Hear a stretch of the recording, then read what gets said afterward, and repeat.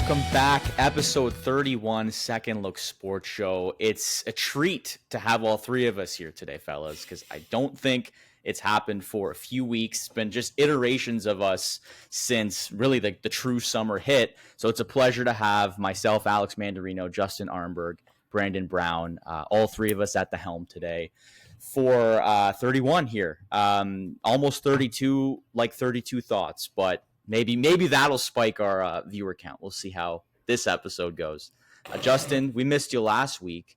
What's been going on? Anything exciting in your life before we jump into sports here? No, nothing. It's the middle of summer. It's baseball. I mean, I did score the winning run last night. I just want to put that out there. You didn't do that. Really? No, that wasn't you. I actually did because. Oh, sorry. You know what? My apologies. You did score the winning run. Exactly. That you was got semantics. the winning hit. That's okay. You go ahead. I don't want to jump in on that. Hit. I have to give myself credit because I actually do agree with that. There was a play right before Alex comes up to the plate to get me home. I'm on third base anyway.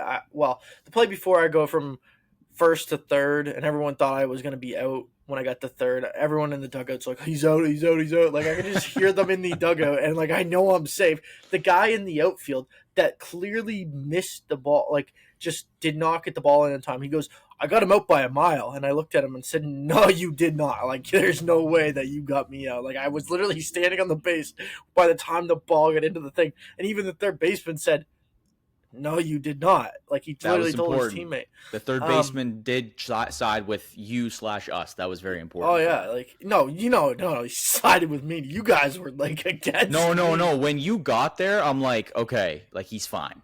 But rounding second had me nervous. Continue. Okay. Anyway, I get into third.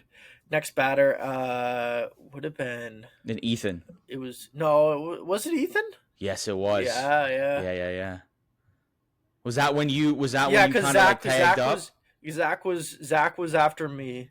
Then it was Ethan.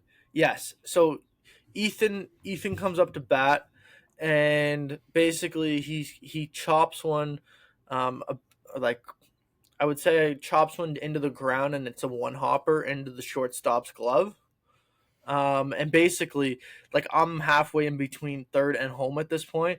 Because I wanted to see what was going to happen. And basically, like, the buddy threw it home, and I retreated to third, which was very smart. Probably would have went home, or probably would have scored anyway on the play going home. But anyway, Very smart IQ play because it basically got the bases loaded. No outs. We were fine. Still 90 feet away from the scoring run. Then Alex comes up and just delivers the heroics. Just absolute. No doubt about it. Just walk off extra innings. It was actually fun too because it was a fun one. Literally, it's tied after 7 innings is what we play, and we cruised through this game. I mean, like, only an hour worth of softball. Like, I don't know what was going on. Like, it was quick innings of work. But anyway, we cruise, and the other team goes like, do you guys want to play extra innings? Because they were more so down to play extra innings than what we were down to play extra innings. Because Ian basically was like, I don't know, like, maybe we can play extra innings, but we can leave it as a tie. And, like, we're basically no, like, it's either all in or all out. Like, you can't just, like, play extra innings and tie, right, Brandon? Like, you just can't do that. So, like, I'm like, let's go. So our team was very ecstatic by the win. We had 4 fans in the crowd. The beer league before that. They were there. They loved it, and it was a wonderful time. But we're now 2-0 on the new season. I don't even know what our team name is, but we're doing great. That's the moral of the story here. We're doing great. It was an all-time game, Brandon. That sounds awesome. No, you guys always seem to have a flair for the dramatic, and as we know, the team gets into their own share of controversies every once in a while. It sounds like. Yeah. So I'm glad to hear that you guys combined on the winning run there. That's a pretty rare feat to have happen, especially when Alex, is usually hitting the ball pretty good, but Justin, I don't know that I'm always seeing you on third over there. So, I mean, it's not always the Brother, easiest what thing. do you mean? What do you mean? I'm like the fastest person on the team. Maybe it might be, but you guys, I don't know. If you guys are Mando, always hitting what are you gonna together. say there, buddy boy? I don't think so. I think so. You want to What have a I'll say- 40-yard race? What I'll say is this: Let's have a 40-yard dash next time. Justin gets super animated when he plays, right? Like he's like, all right, like very into the game, which is important. It depends on the game. It depends on the game. Like if it's we're a playing, blowout, if it's a blowout, I'm it's not gonna. worth it. But like if it's a close game like that, I'm like, let's go, boy, Yeah. let's go. Yeah. And last night was intense. I will say. Yeah, last night was the best game of the year. Smart IQ play at third. I'm telling you, Brandon, I don't talk much about like my own individual performance with anything. Best softball game I've ever played. No, not even close. Without a doubt. Not even close. Oh yeah. Not even close. Listen. Left Not even field. close. I stepped into left field. I'm not a huge fielder because normally I think that I can't see the ball. So my worst nightmare is someone cranks a ball to me and I'm standing there like someone in Tropicana Field after the ball hits the upward railing, right? That's my worst nightmare.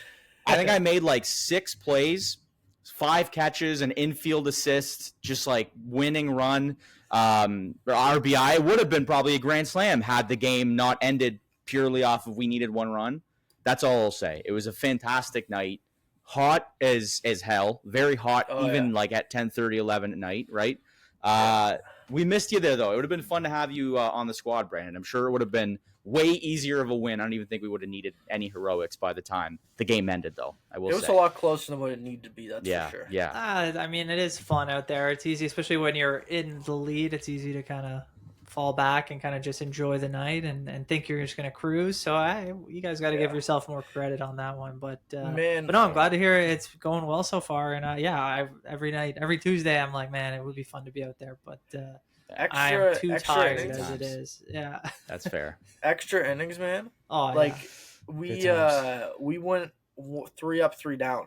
Like it was actually surprising. Well, it sounds like clean. It sounds like you guys, at least the defensive effort is there for you a little bit more than I remember Larso when we first started. Great grab. Last year we always had we had a lot of great plays in the field, but there were some issues I think getting started for all of us. So I mean, fun. It's good to hear that you guys the chemistry just wasn't there. The chemistry that might be there. it. Yeah, the chemistry is there. Feels like after another year in our pockets, we're back in business. Before we switch topics, though, Brandon, anything going on over there that you wanted to jump into before we got into sports? No, I mean, for me, the summer is just kind of flying by. I mean, we've got, we're kind of in the dog days now. MLB All Star break kind of signals for me at least kind of the halfway point of the summer, and we'll keep moving on. I've just been kind of grinding away just like everybody else. I think it's been a great summer of weather, that's for sure. Very hot, like you guys said, but I think we've been blessed with a lot of great, sunny days and opportunity for people to get out, especially on the weekends and just enjoy life. So no, I've been doing really well. I appreciate the opportunity to speak on it, and of course to be with you guys again as we always do. So definitely. I was gonna say something like, so dog days of summer. Like this is probably more entertaining than the sports talk that we're gonna get into, other than the Wimbledon final for this podcast. But do you guys ever like? I don't know, maybe a thought goes in your brain, like, do baseball players like hate the sport that they're playing because they have to play in the middle of summer? They don't get to enjoy summer until they're basically retired. So it's like opposite of a teacher, basically, right? Because you're playing during the summers. Like you're basically off months are November to January, February, at the latest, give probably or take. February. Yeah, I mean, I think it's a good point, but I think just kind of running through that. Now, like there's a lot of players from, the southern part of the United States, but also a lot of Caribbean countries as well. Like have a ton of players in the MLB. Like they're used to like probably warm weather or at least like decent weather through the entire year. All so the time of year, they either grew up with it or if you become a pro, you have the opportunity maybe to head down south and kind of spend your life or your off season in places that are still warm. So they probably don't hate it, but I can understand like if you're playing in Florida or Texas or any of these places where it does get like insanely hot in the summer, like you may regret the idea of having to be outside as your career for a lot of days, only that, right? but just like you can't every other sport, you're basically, other than football, like you're ramping up in the later half of summer, but like you get to basically have your boat days, your lake days, you get to go on vacation, you get to relax during the summer months, and then you're the only sport that's really just your pedal to the metal. You're going, you're full speed.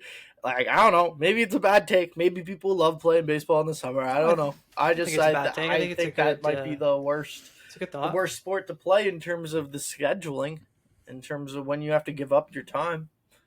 I would just say, like, less so because they're playing in summer, but it feels like the off season is so much shorter, like significantly shorter in baseball it feels so than much other shorter. sports. Yeah, so it's not necessarily like that it's the time of year they're playing, but it feels like early November, you have like the World Series, and then you're back and pitchers and catchers report like right away, like mid February. So Yeah.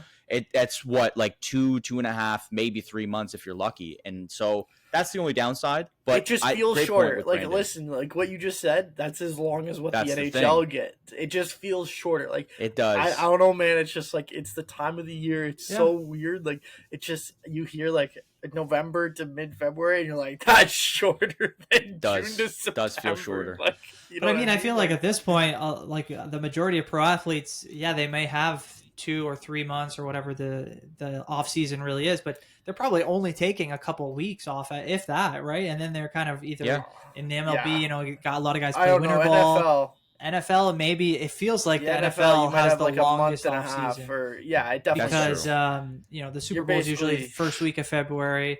Most teams are out of it by sometime in January, and then realistically, you're not really getting going until maybe rookies in June. The rest of the teams start to report you have around like this time in July. you have your volunteer mini camps or OTAs?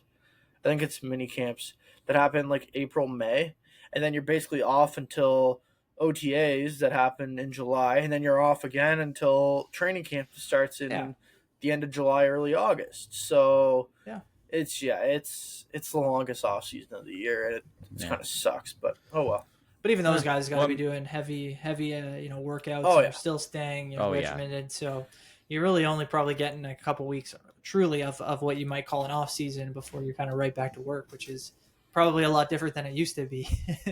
Yeah, I mean, even on vacation, I'm sure they're getting workouts, right? You know what I mean? Like, it's probably no downtime in the year that they're probably like, if I'm going on vacation, I'm not going to just work out and just keep in shape here. Like, I'm going to actually settle down. Like, I'm sure they like obviously have a good time and stuff, but I'm sure in the morning, like, it's like, I got to at least get a run in or get like something going for the day to make myself feel good. You know what I mean?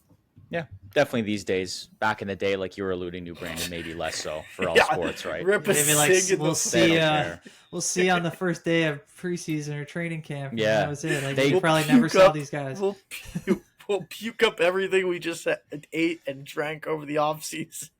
You show up to camp to get in shape. You don't show up in camp like shape already. So that's why they used to. That's why they called it training camp, right? Like you show up. I mean, kind of get back into the rhythm, the routine, and then you'd get, like I said, the preseason to kind of get your feet under you and get back to game speed.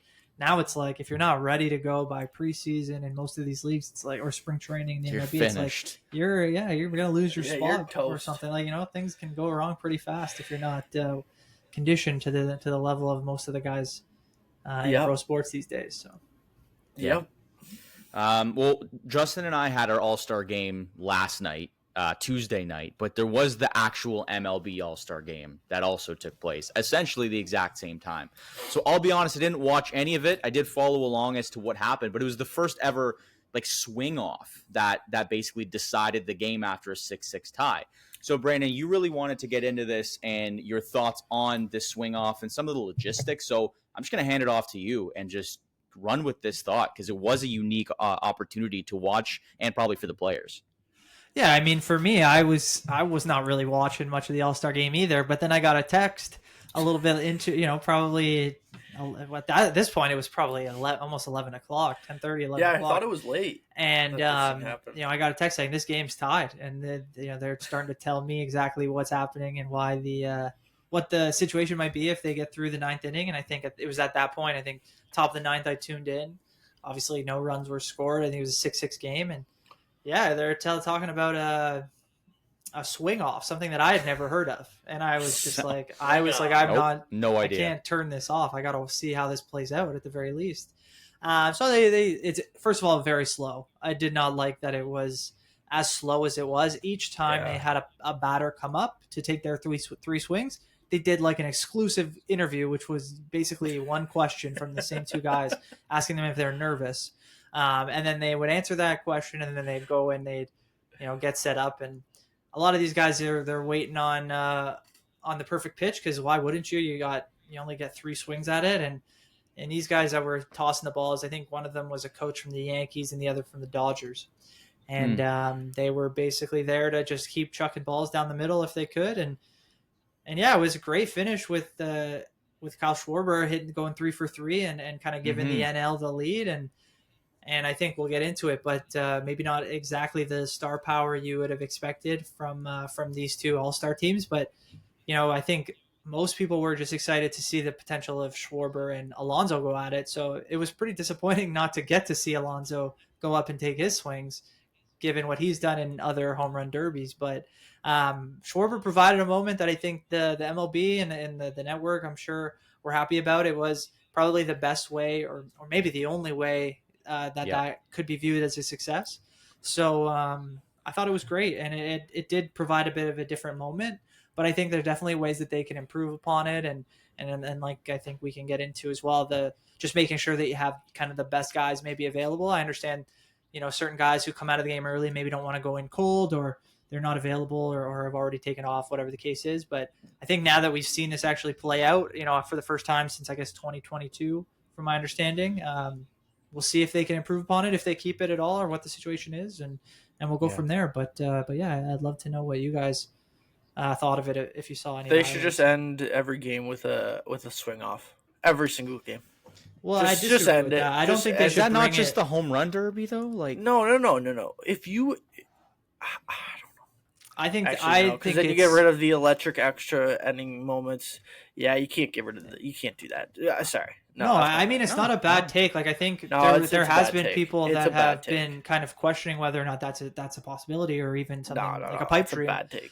But I think if I'm totally against it. It works in the All-Star format, but I think you stretch it out to all the different types of players on major league teams, and you might have games that you're waiting a while for, a team to hit a couple of home runs or something, even in a situation like that. So I think it would be difficult to kind of work through, but I can understand the sentiment. Whatever makes games more exciting, makes them gives them a little bit of extra juice.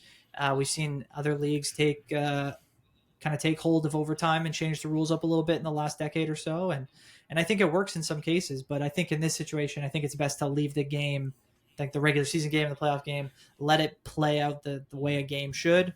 But I don't hate it for an all-star format. I thought, again, it worked if you have the right setup. I have my phone out because I wanted to get this quote from last night. It was so good. Jeff Passan tweeted out, did you guys see this? No. He tweeted out Brent Rooker, Jonathan Aranda, Randy Arozarena versus Pete Alonso, Kyle Schwarber, and Kyle Stowers. Yeah.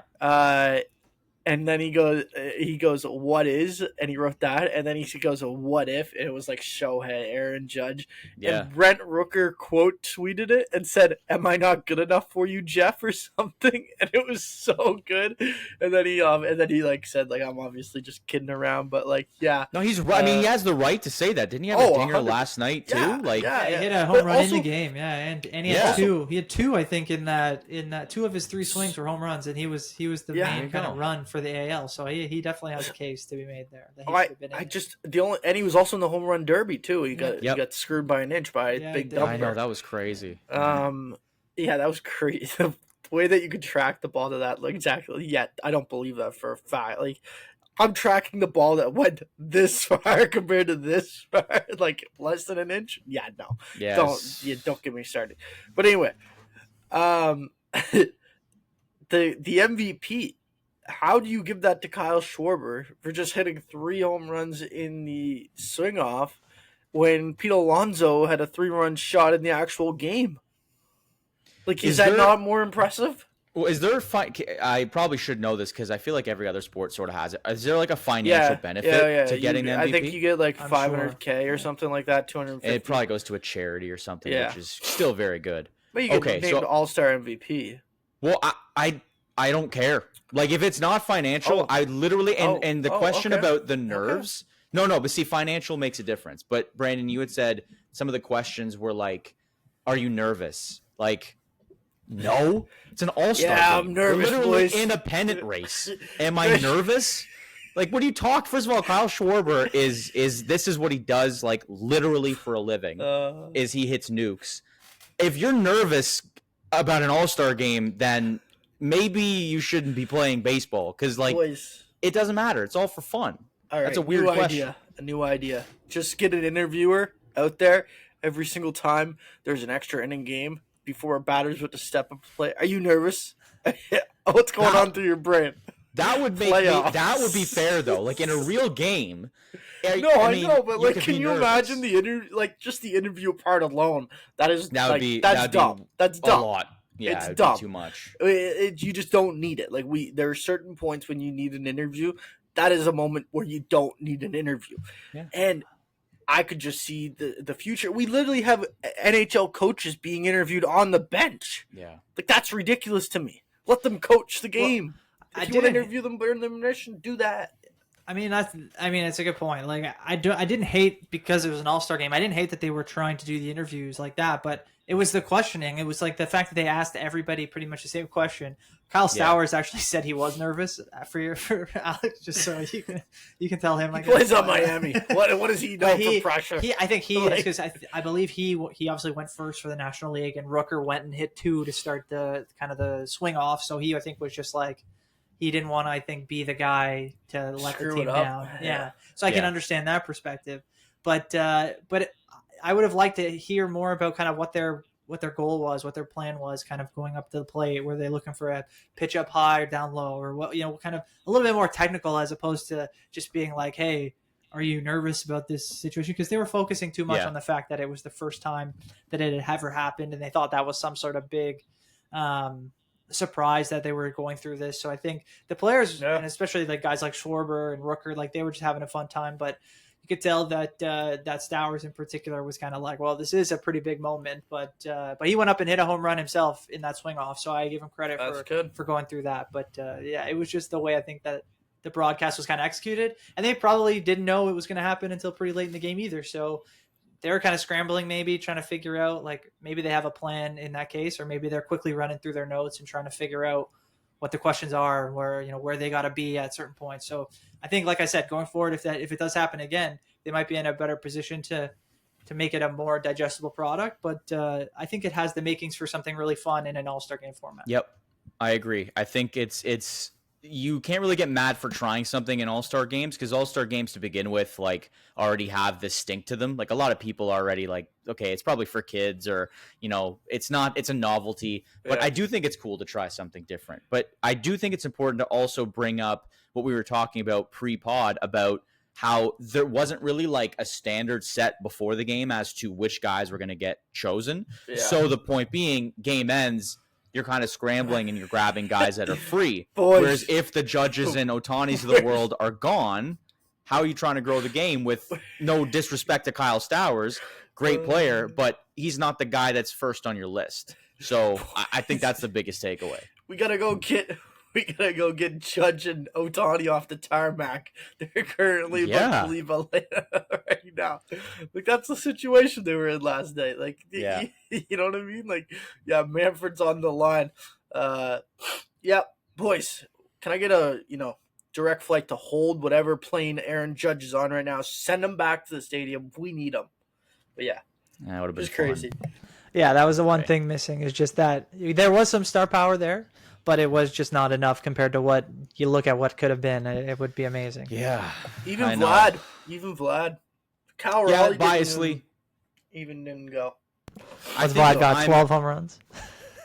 If I'm if I'm the home run derby the day before, I probably and Brent Rooker, I guess, was involved, correct? So maybe this is a bad take, but if I'm in the home run derby the night before, I'm like, all right, like, I know you want to see me again, but It's only 3 though. Yeah, but like you see some of the they have to literally take a break, and we can talk quickly about the Derby because I have a couple just quick thoughts, but they have to take a break midway through 2 minutes of swinging, and and these are professional athletes, so I think to some degree, especially Rowley and Caminero, who had to stick around for the entire of the home run derby, don't put me back up there other than 1 or 2 at bats and maybe an inning or 2 in the field. So that would be my thought. But on the Derby, I kind of I love the Derby to begin with. I find it more entertaining than the game. I think a lot of people probably have a similar view. I did think it was a little long. I'm not a huge fan of the bonus round. It's 2 minutes, hit, get off. What are we waiting for? They're doing they're fanning the guys. They're doing a quick interview, and then they got to come back up for some bonus round. It's 3.5 hours later. I'm like, all right, I don't really care who wins this now. I'm just interested in the first round. It's been an hour and a half. I'm really happy to see Jazz Chisholm hit 3. That was the best part of the entire thing. Why were you happy that he hit 3? Because he's a Yankee. Take ever. He's a Yankee, and he's also got a big mouth. And that is a very humbling experience to watch a guy like that put 3 up. Where what was the next lowest? James Wood had 16? 16, I think, yeah. 15 so, 16. Listen, man, if it were Vladdy, I'd be like, damn, Vladdy might need to take a couple months off and reassess. But so what? Jazz should take the whole year off and reassess? Send him out of here. I love to see that. And I just when guys like that, I don't like Jazz. Well, I was surprised to see him take part, just because I don't think of him as a prototypical home run hit. You're talking about some of the biggest guys in the major leagues. He's not really that kind of size. He doesn't have that kind of size, or he doesn't really have that power typically. So I was kind of surprised to see him take part. But I can't disagree and say I didn't. Not that I don't like him, but it's always it's a little fun to see a guy kind of go up there and struggle. It feels relatable. Everybody can can kind of get on board with that, and it's just good nature. Him struggle. It's now I don't feel bad when I struggle up at the dish. I don't know necessarily about that, but I mean, it's just it brings it kind of back down to earth. You look at these guys, and it's yeah, they can all do what most of us can't, but to go up there and see a guy kind of be human, it is a little bit different, and it adds something. It's also one of the only sports that you can really see that. I mean, in the NBA, you can go up and miss a bunch of threes in the 3-point contest or something, but outside of that, it's interesting to see that kind of skill on display and to see two guys struggle. Challenge in NHL, that one's pretty. That one's cool. Yeah. Yeah, but that one can get people stuck there for a long time. I don't remember who the player was, but there's a player there in Toronto that was stuck there for a minute trying to get that thing. Yeah, that's another embarrassing one for sure. You know what they need? They need the Savannah Bananas to just come into the All Star game. I don't hate that take, dude. I don't know if I hate that. That's my best thing. That's the best thing that I can think of for the All Star game. So at the end of the day, to do what though? To do what? Man, I just don't know what to play against them. No, bro, you're never. It's a bunch of minor leaguers. You're not gonna. I don't know. I don't think that. They're a show. They are a show. They're not. They aren't there. Yeah, but they're a show in their kind of controlled environment. Have fun with it. I think the MLB players would have fun with it. I don't know. See, that I don't know. I think it'd be cool to have in addition to the game and the Derby, they do something and televise it, right? Yeah, but they are one of the best. They are one of the best in terms of entertainment. And tickets. But I think it would be. Cares about his fans. I agree that they're fun and they do put on a show in their kind of controlled environment. But if you put them up against a major league team or whatever, you mix them together, they're not gonna. They don't have the ability to make those kind of plays or have that kind of fun.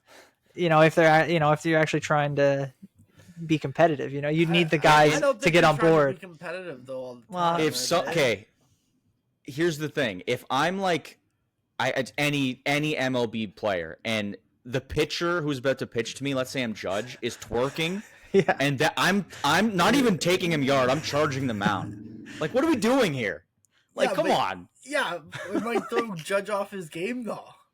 I don't know. Yeah, I see the value. I don't think I'm in for that. I think some guys crack a smile and just like be like, well, "What am I gonna do here?" Some guys would have fun with it. Like we brought up Vlad. Like Vlad would go out there and enjoy it, have fun time. But once the ball's in play, like these guys they're wired differently. They're not going to be able to kind of have that kind of same mindset. But I think you're right. If you can bring them in and do their own show or something, like that'd be cool. Yes. You know who has my biggest takeaway from the MLB All Star game? What's that? Not even the All Star game, just in All Star weekend or All Star couple days here because it's not even a weekend. They do it during the week. I don't know why.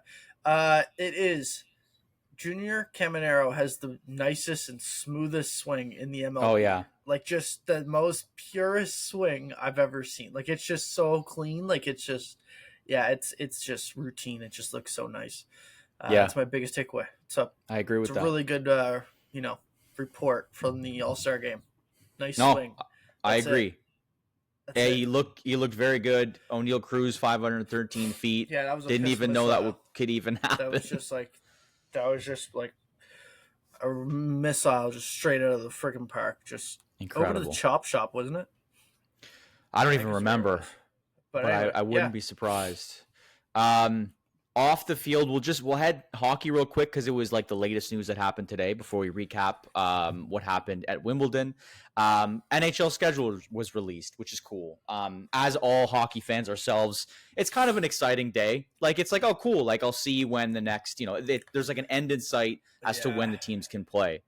It's not, but it's this NBA and NHL, they don't get the same kind of pop that an NFL schedule release does because it's so many games, right? Like you can't like get up about every Tuesday night game in the middle of January. Like you just can't get that going. Although, the Buffalo Sabres tried, right? Yeah. Did you see that? I did not see I saw the Columbus Blue Jackets. I thought that was really good. The Jackass spinoff they did. Really good. I saw the Buffalo one, but I didn't really understand it that much. Like I got like there was for those who haven't seen it, there's a ton of pictures, but with buffalo wings, kind of in different area, kind of setups based on the team, I guess, with a caption. Oh, nice. But like, I don't know, I just didn't really understand a lot of them. It was just like, so what did the Buds do? What? Here's the schedule. The Maple Leafs, bro. Are you kidding? The Leafs don't have to do anything. They're like, you're gonna look at this schedule, whether it's black and white, whether there's no numbers, it's Morse code. And they probably got the most shares out of every team too. Probably got the most shares.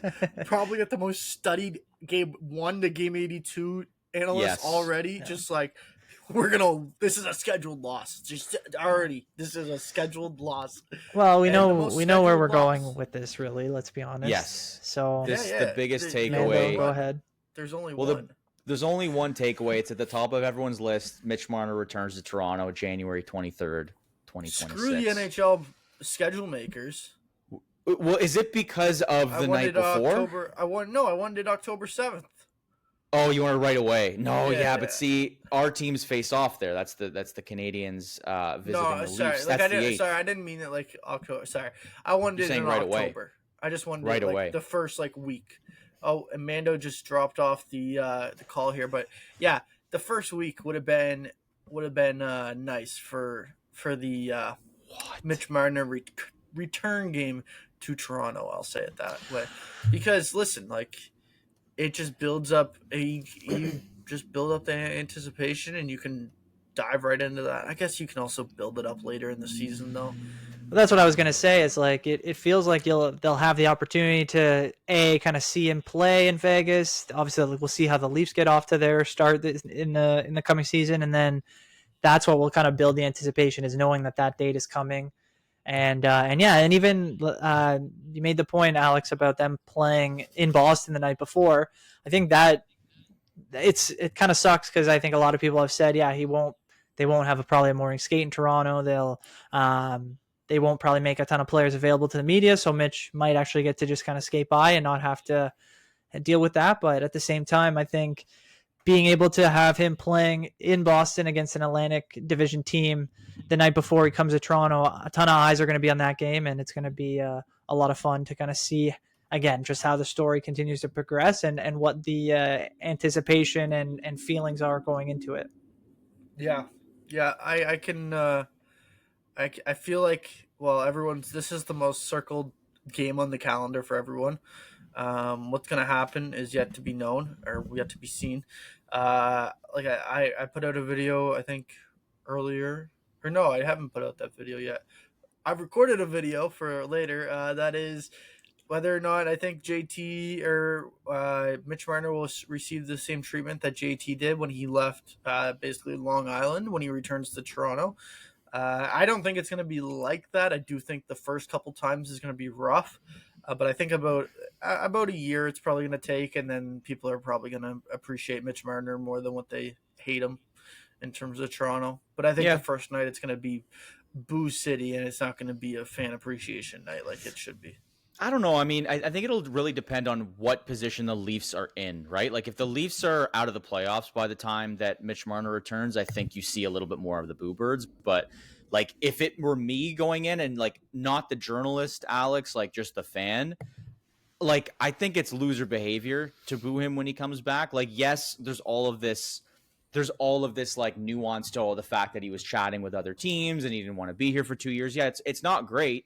Like I'm not a big fan of Marner right now, but look, he's found a place that he wants to play. He's not in the Leafs. If you're as a Leafs fan are dwelling upon Mitch Marner and not looking towards what this team has to offer now this year, like you're living in sort of the past Leafs mentality.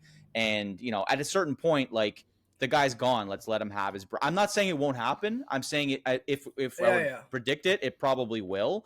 But I don't. Yeah. I wouldn't want that to happen. Give the guy's flowers. He was one of the best Leafs, top 10 Leaf maybe of all time. I think that would be crazy to say he wasn't in that category.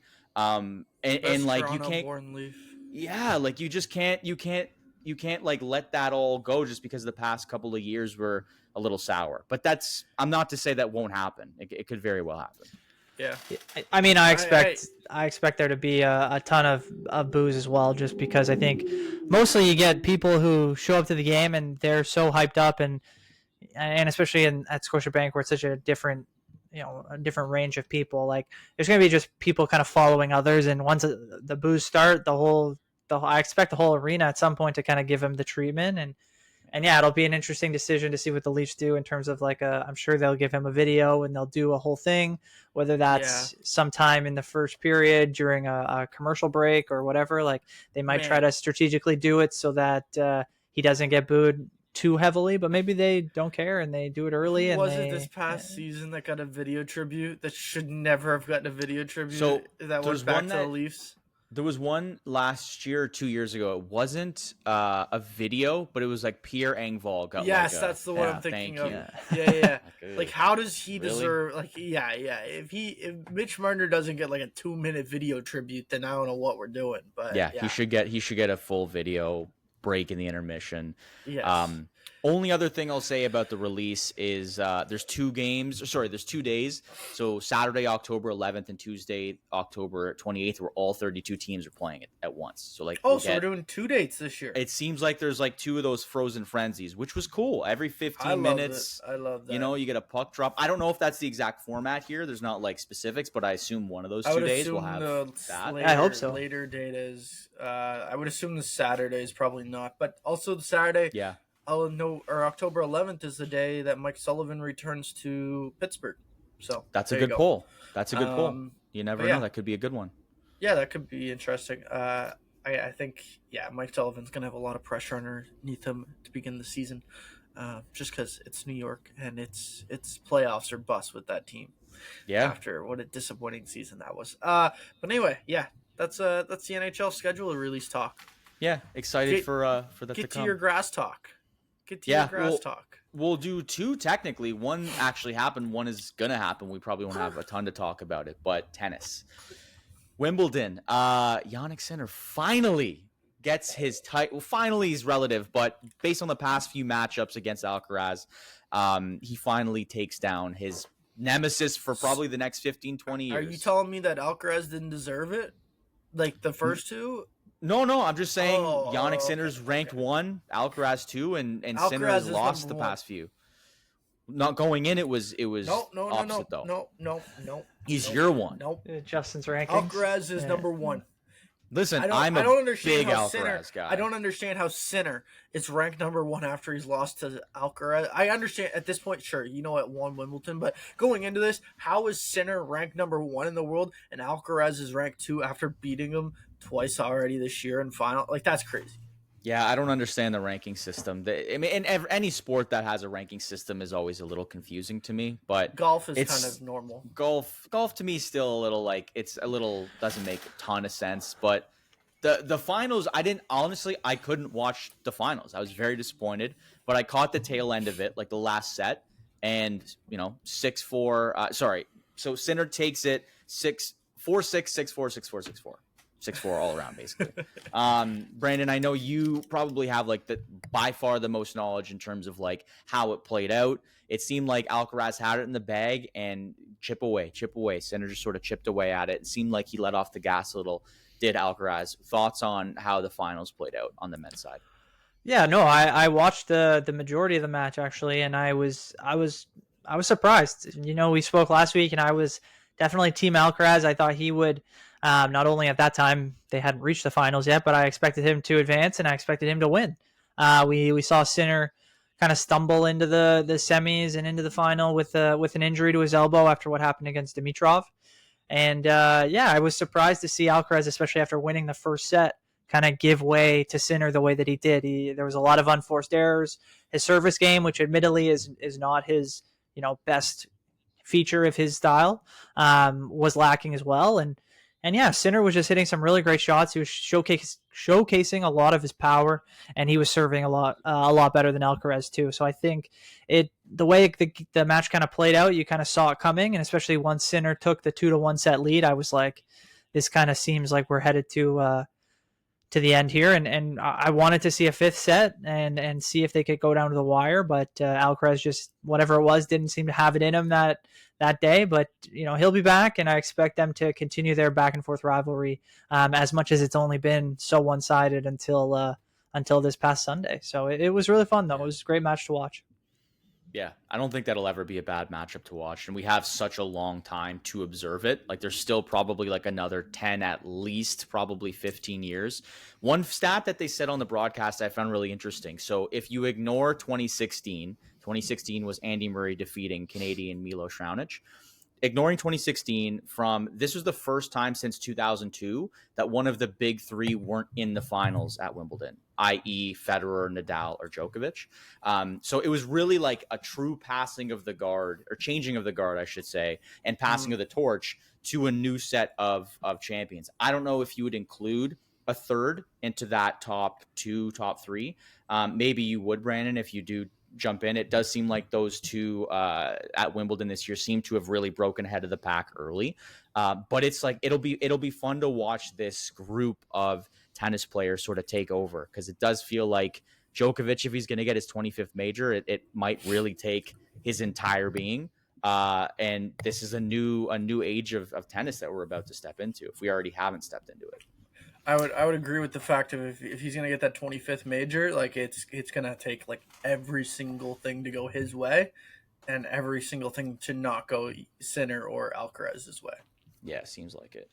Yeah, and in regards to the kind of a third, I think you're right. That's kind of what, at least for me, tennis is kind of waiting for. I think everyone recognizes that Sinner and Alcaraz are going to be at whether they're 1-2 in whatever order for the next 10 years at least, barring a major injury or one of them kind of getting the yips. I don't know what would have to happen, but I think right now obviously Djokovic is kind of that third guy. You might argue he's more popular than either of them too still, but yeah, I think a guy like Dimitrov, there's a couple of young Americans in Taylor Fritz and Ben Shelton that are getting really good and are rising through the ranks. I think they're both, if they're not in the top 10, they're both around that level right now. So I think we're going to see a lot more young players obviously continue to make, Grand Slam finals and are going to be around, the top of the leaderboards, of course. But for guys like Sinner and Alcaraz, it feels like they can almost book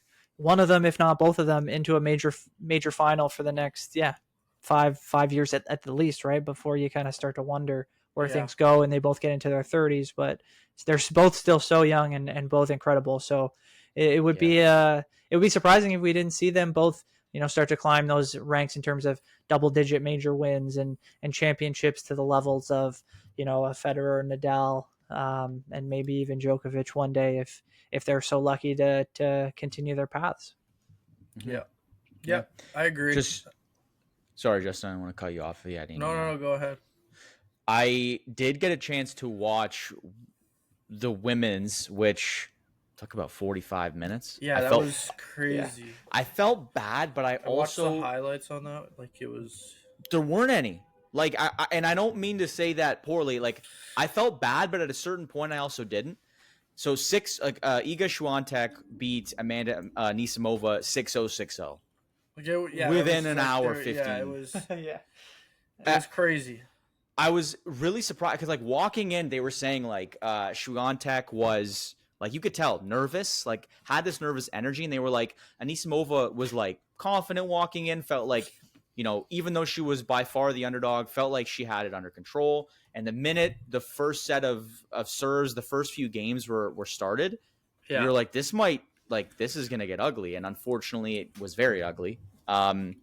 And man, I don't even know what else to make of it. Like, I feel bad, but at the same time, look, it humbles you. And I'm sure she's going to get off the mat next time and like dominate, or at least show a little bit more of, maybe this was just like the bright lights. Fight. Like, I don't know. Like, 6-0, 6-0 is pretty damning. It's tough. Like, yeah.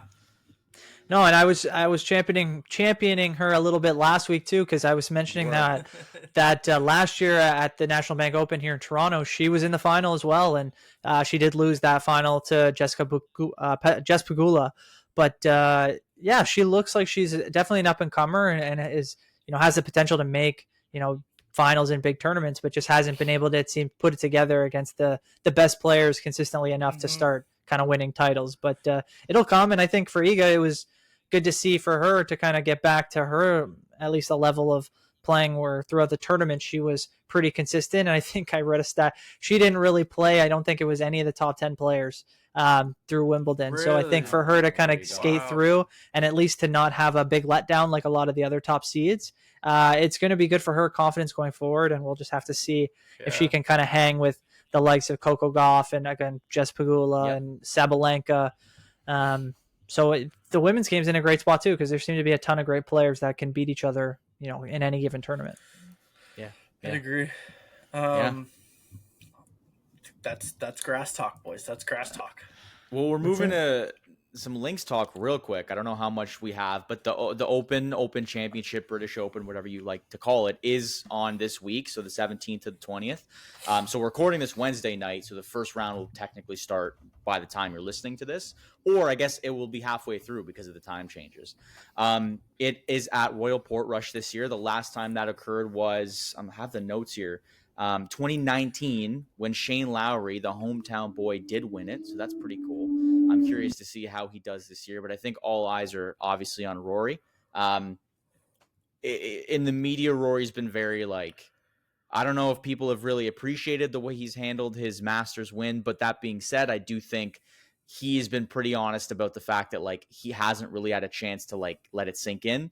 So everything has kind of been a dip. Yeah. So I wanted to talk about this for 1 second because I do think this is actually a legit thing that I'm going to not say Rory's in the full right to just treat the media the way he's been treating the media this year, but also understand that Scottie Scheffler had a really honest interview this week, and that interview, it was very powerful to me because it basically, he's right.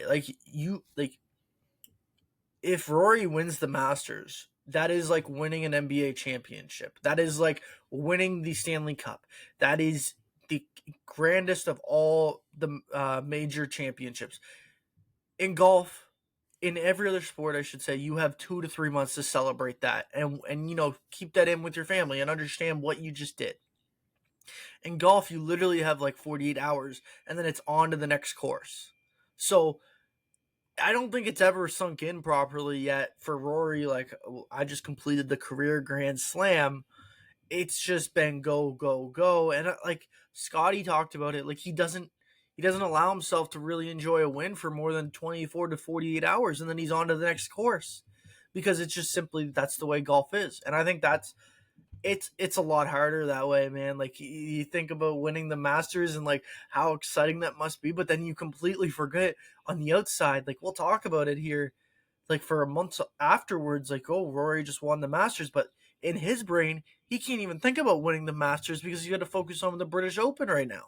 Mhm. Like, you know what I mean? Like it's two totally different things. So I will give every single golfer, and I especially like Rory and Scotty, like those guys, like the way that they do handle it is like you got to give them some credit. Like, you know what I mean? Like it's, and I appreciate the one thing is I do appreciate Scotty opening up basically and telling that side, because that was very that takes a lot to say, and that was very honest, like very honest, basically saying he doesn't get, like it doesn't fulfill him to get a win, like it doesn't. I thought it was really powerful. Yeah, and I agree. Like I was going to bring that up myself, and I think it's really important to talk about because he's a guy that I think a lot of people don't view as like a human being. They almost view him as just the next. A lot of people want to call him the next Tiger Woods. He's not there yet in my books, but he's a fantastic player, and I think people just want to see him as the best and just want him to push and push and push and keep winning and keep winning. And I can only imagine the amount of pressure that he's got on him, but he's actually seems to have a pretty good kind of mindset and viewpoint on what his life is about and what he values. And it's great to have, it seems like a great family system, a great support system. And obviously he's talked, more so over the last couple of years about his faith and how invested he is in that regard too. So he certainly has kind of it seems the mental fortitude to be able to withstand the difficulties of a PGA Tour. And we talked earlier about the difficulty of scheduling in today's pro sports and how short an off season is. I think in golf, I think the FedEx Cup playoffs are sometime in the fall, if not September, October. And then you're kind of starting that season again in January when they go to Hawaii or when they go to some of these southern places. Yeah. So these guys don't get much time. They maybe get a week or two here and there when they take a tournament off. But even that is like you said, Justin, not enough time to really process what you're going through. These guys make a ton of money, and to be able to kind of sit back and look at what's important in your life is very important to all of these guys. And I hope that a lot of them see what Scotty has to say and can view that as at least a point that they can look to. So, yeah, I just, when it comes to, I completely agree with you guys on the Scotty side of things. Now, just going back to Rory because of the fact that it's home course, and obviously this is like basically the be all end all for him, and to some degree it's been since 2014 since he's won an Open championship. Him specifically, who's basically done it all at this point, and you've reached the absolute zenith of your time as a golfer. You've won. You finally have your fourth and final major that you haven't accomplished. What I don't really understand is why wouldn't you just take off however much time you need before the Open, if that is really what you're chasing, instead of basically just whining every time you have a mic in your face about how like everything is someone else's problem, or he's upset, or I think for any other golfer like a JJ Spawn, certain guys like that win. And, because obviously you pay to get into these golf tournaments and your living is golf, and you're not necessarily like you're in a good shape, but Rory is obviously fine, right? He's not struggling by any means. I just feel like he's like $100 million in the bank probably this year, like right. And this year is a good point. So I just think it's less of an excuse for me for him to, and you, and I'm not saying you're condoning it, Justin, that's not what you said, but like, I just think it's take the time you need. If it's literally one or two tournaments before, he should have took the time. I just think take the time. Like, what's the point of just saying I'm taking a step away? I think everyone would be like, dude, we get it. Like, you just hit the pinnacle of your career, and then you're gonna go back and play at Royal Portrush. And the thing was, remember right after he won the Master, it's like, okay, now Rory's gonna go on a big winning spree. Like everyone expected that. Like, I don't know. That's so high of an emotion. Like they like only a certain player, and like I mean Tiger like can do that. like win a career Grand Slam and then continue to win. Like for Rory, it's obviously like it hit, and then like it didn't just like he just had the high of like I'm not gonna like sit here and say I know what he was thinking, but like it just felt like watching him play the last couple of months. Like it's been like he still thinks he's at the master, or like in that master zone of like I'm just proud that I created or won the career Grand Slam, and he should be. So that's to your point. Like should have just took the time off and just enjoyed it. And well, maybe came back for this tournament. And I think he might have believed too that he was going to go on a run, and maybe that's part of the frustration is he hasn't, as good as his year kind of started, it hasn't continued on as we've gone through some of the other majors. So yeah, I mean, I can imagine too with Rory, and just like you said, Justin, like not trying to put myself or speak for him, but trying to put myself in his shoes. You know, he was at that time as Tiger was kind of coming through the twilights of his career, he was the next one. And I think, not to say that I'm disappointed in him, but I think a lot of people might have expected that he, you know, would have won more majors than he's got currently. I think he's got 5, if I'm not mistaken. He's got 5. He's got 2 Opens, I think, or 2 US Open. And it's great to have the career Grand Slam, and that puts him in obviously a light of, you know, that only few guys have been able to do. But I think, you might have expected him to, again, similar to the conversation we had about the guys in tennis, is that you expected a guy like Rory to really be climbing the ranks in terms of major victories. And obviously in terms of money, he's probably one of the, you know, higher earnings guys that the tour's ever seen, especially in today's day. But he stayed with the tour, right? Like, so he's getting benefits from staying with the tour, I'm sure. Like, I'm sure they're... And in your point too, Alex, about why not take the time, I bet, and I don't know this for a fact, but I bet that he's got some sort of minimum requirements, or he's got to keep playing certain amount of tournaments in order to whether keep his, I don't know what his world golf ranking is right now, but in order to keep his standing or to be eligible for certain things in the FedEx Cup maybe. But yeah, like I think back in the day you would have seen guys play less tournaments, more focused on the majors, but in the way that the tour is set up now, I don't think they can really afford to do that, or maybe not afford, but they don't want to do that in order to to keep where their ranks at, or to just keep what they're eligible for. So it probably would have been to his benefit, though. You're right. It's all retrospect what I'm saying it too. I'm sure he's probably thinking like maybe I should have just taken some time off. And I think if he just comes out and goes like, hey guys, I realize that I'm not really in the best headspace. And if you're honest to say like I just won the Masters. You guys have watched me in literally every Masters. I'm the storyline, and now finally I get to rest. So I haven't really been in the best headspace. I've been only focusing on the Open. I think people would understand. So like, I'm not saying, and I'm not even not a Rory guy. Like he's 36 years old. He has so many more championship and majors, I should say, that he could win. And like he's been playing since like 18 or younger. Like he's been since on 2009. Tour for a long time. He's been playing. So he's been around forever. So it feels like he's like mid 40s. He's 36, which is crazy. I'm not a Rory guy. I think it's sort of surprising that you figure that you're at the highest of highs, and it feels like he lost that playoff, a month or two ago. So it's just a weird balance. It all makes sense maybe why he's feeling the way he's feeling, but I think that just come out and be like, listen, like, I don't care about any of this. This is all I care about now. And that's why I've been acting the way I've acted. But it's all in retrospect. I'm looking forward to this, though. Yep. I would agree. With that.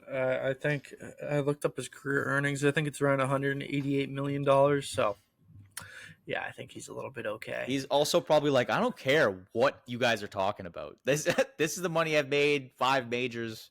We're headed home. Like, I'm happy. Don't talk to me. So good for him either way. I'll give him credit for that. Yeah. I don't know. Like, that's Lynx talk. That's boys. it. That's grass and Lynx talk. All there you go. One. That's pretty much all the sports stuff. So you had some fun topics that you wanted to get into, Justin. So I can throw the mic to you.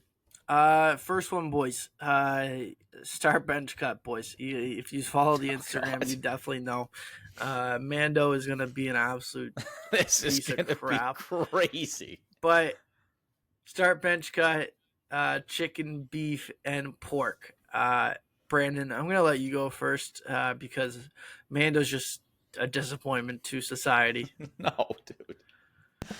Yeah, I mean, I think we talked about this, Justin. I think this is a great debate. It's very tough, I think, to choose two, to kind of hang on to. I think for me, the two that I would, and I don't know, but I'm gonna run through the order myself here, but I think I'm sticking to what I've said to you already. I'm gonna keep chicken and beef, and I think cut pork. That's my starting point, and then I think I'm gonna start beef and sit or bench. Beef is the number one starter. Yeah, I think that's the way you go. I think that to me is like you can't tell me any other way that beef's not your number one starter. Like Mando, if you tell me chicken's your starter here right now, that is absolutely insane.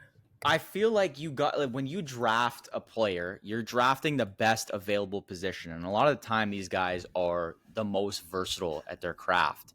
And that's what chicken is. Chicken can be, I could eat chicken for a longer period of time than I could eat beef if that was the only one of these three that I was given. That's the way I'm looking at it. So for example, like a cheeseburger or a hamburger to begin with is my favorite meal. That is number one. But growing up, it was chicken fingers, chicken strips. As a lot of kids, I think, do have it. I do just think chicken in general is more versatile and therefore is easily a starter over beef coming off the bench, which is never a sentence I thought I would say. But here we are. While Justin's muted, I'll jump in and say that I think that you're saying chicken's the starter. Yeah. There's no way. There's no way in hell that chicken is the starter in this world. The one thing that you said last night was it's a closer debate than you would think, which in terms of chicken and your pork. Thought here. No. Yeah. In terms of chicken and pork, it is a lot closer of a debate than what you're giving it credit. I don't think so. Yes, I mean, I had the same kind of thought. I've definitely battled between, or as Mando, sorry, not you, Justin. I kind of battled between chicken and beef at the top, I think, because you're right, Alex. Like chicken, I think, has more of a wide spread of what you can do, whereas I just think that the quality of the type of things that you can make with beef, it puts it at that kind of extra point for me. Like you mentioned, hamburgers, that's a great meal. Steak, of course. Like there's a few other things that for me, like just put it above. But chicken, I would never go wrong with. Like, so brisket just doesn't exist to you. Brisket that's just for just Mando, I think. Just doesn't exist, Mando. Brisket, yeah. I mean, it's good, but like. Oh, but steak doesn't exist? Yeah, but steak is in my list, right? It's just not. Yeah, but I would, brother. Now, the only thing that even puts pork steak's in the not your starter. Steak's just steak. What?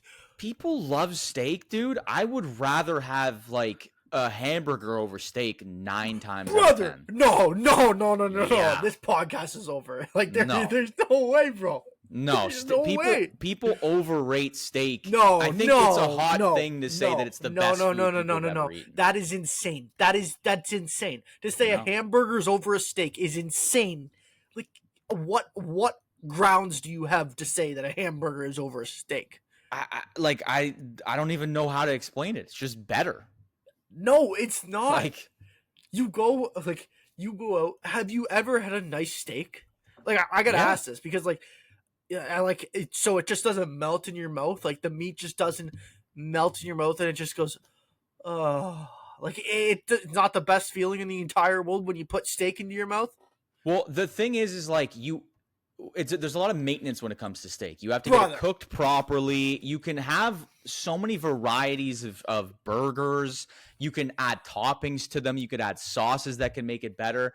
You're getting a steak, and it's delicious is steak. And I'm not saying 100% of the time one is better than the other. You just told me I prefer hamburgers. I would start hamburgers over steak. That's insane. Absolutely. that is insane. I'm curious to see what people's thoughts are. You don't even have to agree. I'm just saying. You're gonna sit here and take this. Like you're gonna be okay. Well, I have a thought. I mean, I think it depends on, again, the quality. If they're at the same, this guy needs to be put in his place right now. Well, no, if they're at the same like level of what I would consider quality, then I probably would take a steak over a hamburger. But if it's it's harder to find a good steak or somebody to cook you a good steak than it is to find a good burger. And in that you might be just making the safer play. Yeah, sure, you might cook me the best one ever, and in that scenario, I would again take your steak.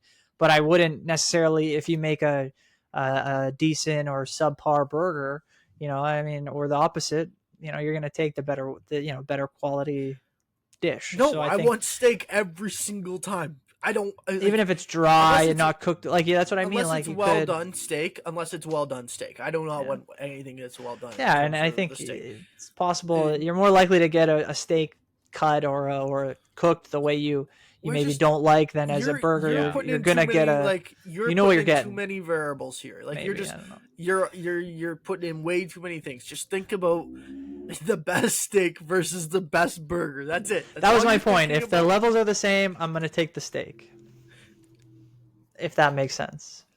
Yeah, it's close. You can't walk back your thing anyway, so it doesn't. I don't have anything to. No, I can walk back whatever I want. I don't really choose to. You cannot walk back. You said hamburger over steak. I will remember that. Yeah, 9 times out of 10. 9 times out of 10. That's just crazy. 100%. Give me steak every single day of the week. Give it to me 3 times a day.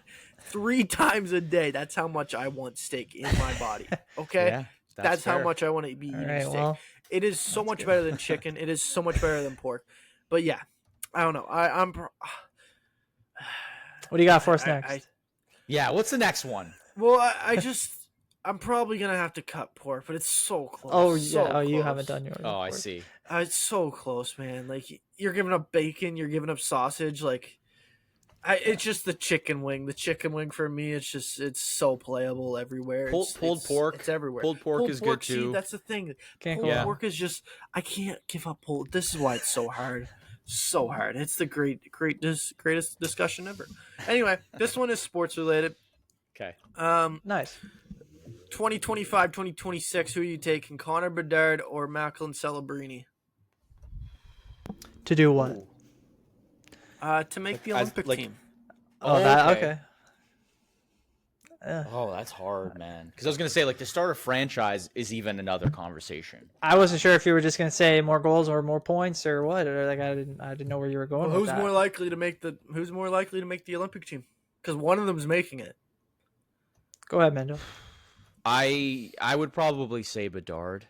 What? And I'm a Sharks guy. No. So you're wrong again. You're wrong again. The thing is, I think I can see Bedard moving to a wing more than I can see a Celebrini moving to a wing, because I don't see Bedard playing center on the Canadian roster, just based on size. No, he's not. He'd be a wing, and that's why I think you can have him. And obviously Celebrini can move to the wing too. I think Celebrini would play left wing. He can. I don't think he'd play center either. I could just see Bedard with his shot, with all of the tools that he's brought, and obviously not the best sophomore season, but look at who he played with around him. Yeah, you got a Ryan Donato, but that's whatever. Yeah, I think if you put Bedard with more talent and you let him play at the Olympics, I do think then you'd see what we're actually expecting from Bedard, because he's just had absolute just nonsense to play with in terms of what Celebrini has had to play with in terms of players around them. But I think they're going to take Celebrini over Bedard at this moment in time. If Bedard pops off to begin the season, I think they're taking both of them. But I don't at this point. I don't think Bedard's making this roster. Bedard has to go off to make the roster. Yeah, I mean, I think I would lean Bedard as well, just because I can see. Really? Yeah, I think that they'll. Well, the conversation about one of them him is making it potentially moving to the wing, I think, is a good point. I think Bedard is maybe better suited to be a little bit more, not necessarily versatile, but could maybe just fit in a little bit better with what they might actually want from a guy who's gonna step in and probably not play a lot of ice or not see a lot of ice time. Maybe more of a specialist. I think just Bedard kind of offers them something a little bit different, and not. Neither would be a bad pick, and I think Bedard having the extra year in the NHL as well kind of gives him maybe a little bit of an advantage. But yeah, it's going to take, if both of them are going to make it, obviously it's going to take both of them having a great start to the season. But I wouldn't disagree that it might be more likely that we see Celebrini get off to maybe a hotter start than Bedard. So it could give him the advantage too. Like, I could see it going either way. I could see neither of them. I could see both of them, I guess, in some scenario. I can see Macklin making it. I can see Wyatt Johnson making it over Bedard. I think it really depends on the season, right? Like, I think you said it, Justin. Like, and it depends on how it's the hot hand. If Bedard has a point per game season, and Wyatt Johnson has a point per game season, I'm taking Wyatt Johnson. They might not have to make that decision. They might take both. They might take neither. It's really relative. You can't take both. Like, I'll put it to you this way: is in my opinion, I'll tell you after you answer. But is Anthony Cirelli on the Olympic team? Like, probably not. Like, I based on John how Cooper's the coach. I personally don't think he should be, but John Cooper's the coach. You pick Brandon Hagel because of the more factors that he has. Now, Cirelli's a two-way Brandon guy. Hagel's 100% on my Olympic team roster. I think he has a really good chance of making it. But I think there's a better Anthony Cirelli with a lot more point or potential offensive upside, and that's Nick Suzuki. So why have Anthony Cirelli on the team other than the fact of it's your coach's player? Like, that's just politics. Like, it's not good. I think Robert Thomas is on the team. He would have been on the Four Nations team. Mm-hmm. So there's just some players here that, like, they're going to be on this Olympic team. Mark Scheifele, if he's off the Olympic team, I don't understand how. I really don't. He had a year, especially. I don't get that. I think Mark Stone is off the Olympic team. I do. I don't want to go through the whole roster, to be honest with you. No, I don't know, but like, I think Mark Stone is off the Olympic team. I'm gonna say that right now.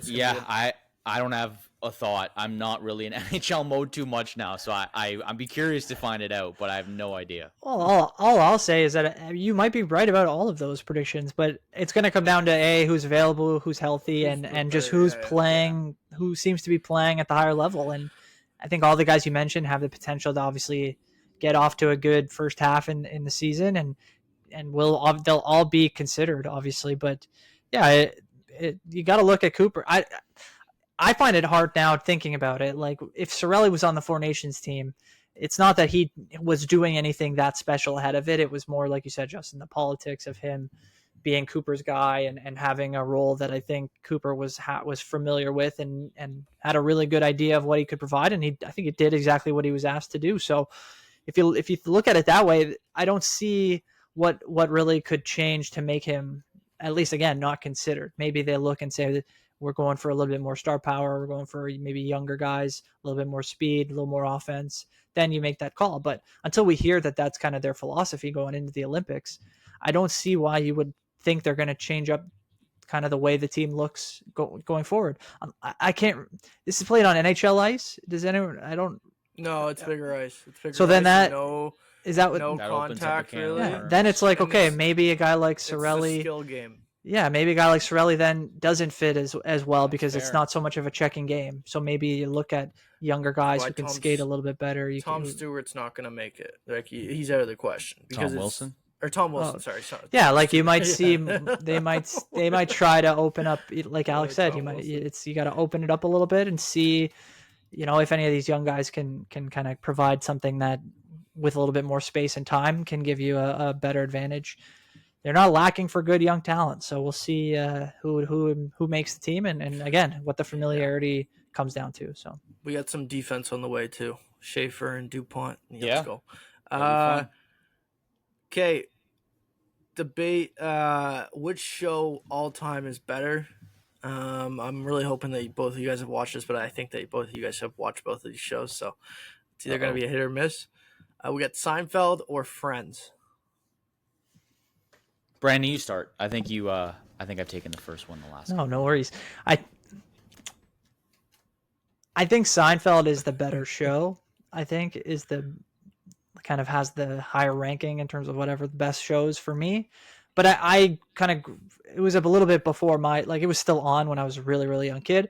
But for me, I kind of grew up more with the Friends aspect of it all, where I think that show for me did just was on for the majority of my young adult, childhood and young adult life. And I related to it a lot. I watched a lot of it, and it was a great show, but I think Seinfeld is the better kind of more, generalistic.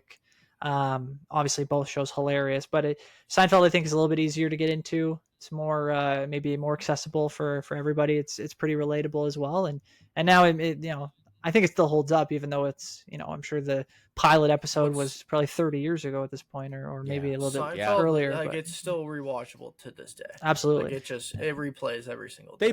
They both are, for sure. Yeah, they both replay. They do play to a lot of different audiences, though. Like, I mean, Yeah. I'm biased. Like, Seinfeld's my favorite favorite sitcom of all time, so that's obviously my choice. But and for a while, I wasn't a huge Friends fan. Like, it's good. I'll watch it. I'll sit and watch it. I think I rewatched it within the last year, and I was like, okay, solid. Like, I think maybe it goes in waves for me. But some people will die on the hill that it's the best sitcom of all time. I don't think I could personally get into that perspective. I used to be that way. I used to be on that hill. I don't think that's wrong. To some people, that's fair. It's not me. But it has like objectively hilarious moments, and does Friends. Yeah. 100%. But Seinfeld, even though I know the punchline is coming, I'm already laughing. Like, I'm laughing before I hear it. So that's why it's easily one for me. Like, I'll put it to you this way: Joey and Chandler, funny. Like, they're so good. They're so hilarious. Yeah. Kramer and George, it's just, you can't match that. Like, it's just they're unmatchable in my opinion, to the laughter effect. They are so good. I was like I said, I was on the hill of Friends Until You Die, basically. And then I switched. Like, I'm Seinfeld Until You Die, basically, right now. Like, they're like 1 and 2 for me, though. If it would have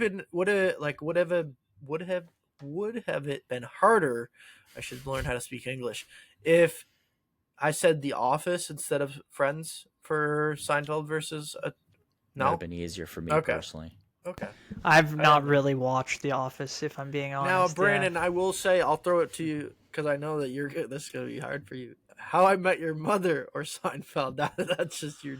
I mean, for me personally, like, in terms of rewatchability, like, I've seen pretty much the entirety of How I Met Your Mother multiple times. I love Seinfeld, and it is very rewatchable as well. But I mean, a personal choice, I would just, if I'm sitting down and if I'm going to watch one of those shows, I'm probably watching How I Met Your Mother. But again, that's more of like more our time. Yeah, I was like in college as that show was like finishing up. Yep. And I was like, I couldn't stop watching. It was great. Like, one of the last like network shows that I would actually like, watch appointment viewing every week on network television as opposed to streaming or anything else. Yep. So it was that's kind of where I fall. But I think, again, Seinfeld, I think, is still the superior show in terms of the way it's filmed and the way it's written and everything that everyone can enjoy. But for me, How I Met Your Mother is just something that I relate to a lot and love. Yeah. So it's a great show.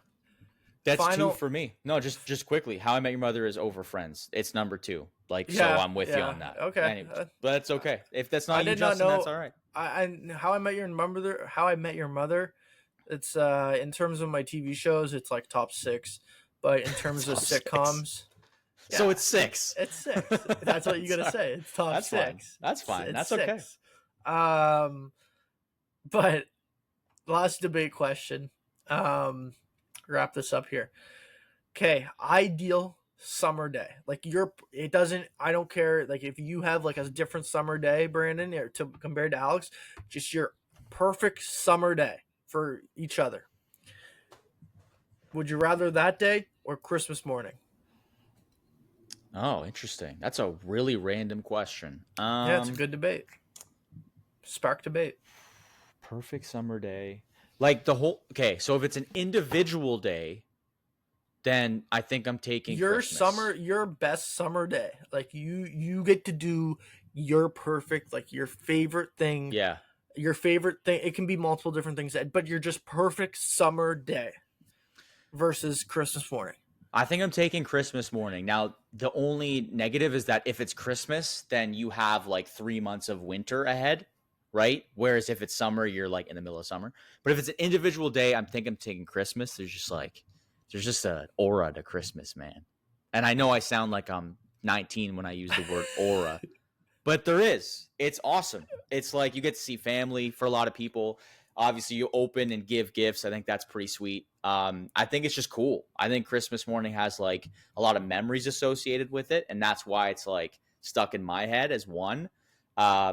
Summer's awesome. Like it's great, but I think just Christmas comes literally around once a year. So I think it's like very special in that sense. Yeah, and it's like you said, Alex, like not necessarily relief of being in the winter, but it's like that one thing, or there's many things, but something that you look forward to through the winter to kind of, move you through that horrible time. No, winter is not horrible. Like, don't even. I mean, the weather is horrible, but I mean, like, means, like it's something again, like it's something that has like a different light as opposed to kind of the dreariness of the weather itself. Like you kind of look forward to it; it's different, and yeah, I think for me, like again, the memories and everything that Alex said, like I couldn't agree more with. Yeah, and I think I would probably say Christmas Day as well. I think there is something uniquely special about that day. Even the best day on another normal day maybe doesn't compete with what that feeling and those the emotions and the care and support that you get from your family and friends. So it's and you get to have fun and party too, and everyone has their own way of celebrating the season. So it's I think it's one of those things you got to go with Christmas Day. Come on, Justin. I think you guys are right. I wanted to see if you guys would be challenged by that. I would say Christmas Day, but I think it's close. I do think it's close because if you could have the ideal summer day, it's definitely up there. If you had said Super Bowl day, I might have had a different answer. Super Bowl day or Christmas Day? Wow. Super Bowl is like Christmas sometimes, It's just because I was thinking and I was like, I look forward to it in almost the same way. It's like one of those things that it rolls up on you and you're like, it depends. Well, no, I mean my team, like the Bills have not been in one forever, basically, like since the 90s. So I mean, I had not been really thinking about it that way. I look forward to it, but like it's more about the event and the emotions and like knowing that that's the end of the season and something great could happen, and it's like everybody's doing the same thing. Like it's kind of similar to Christmas in that way. It's like what everybody's doing, your whole family, you might be together with them or whatever, right? So it's just one of those fun moments. But no, I mean Christmas is it's in a league of its own, I would say. But here's the only thing that I would debate you on is the fact, I forget who said it. It was either you or Mando. You said it comes around once a year. Okay, well then birthday's in the same conversation. I think my birthday's absolutely pointless. Well, yeah, that's the thing is like, I don't think anyone really like, because I think everybody cares about, like not everyone, I'm saying the people that celebrate Christmas, everyone cares about Christmas. If no one cares about like my birthday, like that's the thing is where my argument stands. I think that's the only difference, right? Yeah, I guess. I guess you're right. But I get it. You're right. Yeah. And as you get older, you don't really care about your own birthday. That's what I'm saying. As much. I really don't it's not. care, it doesn't give the same emotion and feeling. The last birthday I really cared about was probably 19. Yeah, makes sense. I get it. Yeah. It's technically the legal drinking age in Canada, so that's fun. Fun day. First drink on age 19. Exactly. Yeah, right. Look at us. Yeah, right. That's the first time that Brandon has broken serious mode ever on this podcast. No way. Right. No chance. But yeah, that's just what does it, guys. That's just what does it. What a good pod. Good pod. Fun pod for no sports. Yes, we made it through with some news and some fun. So we'll probably recap some of the Open Championship next week, and we'll just see where we're at. It's going to be another pretty quiet week in terms of sports. Jays will be back. We'll be curious to see how they do. And we'll kind of keep an eye on that. But otherwise, thanks for listening. If you're still here and you haven't turned it off after our debate segment, but it was fun. Have a great rest of your week and weekend. Enjoy the Open Championship, and we will chat next week.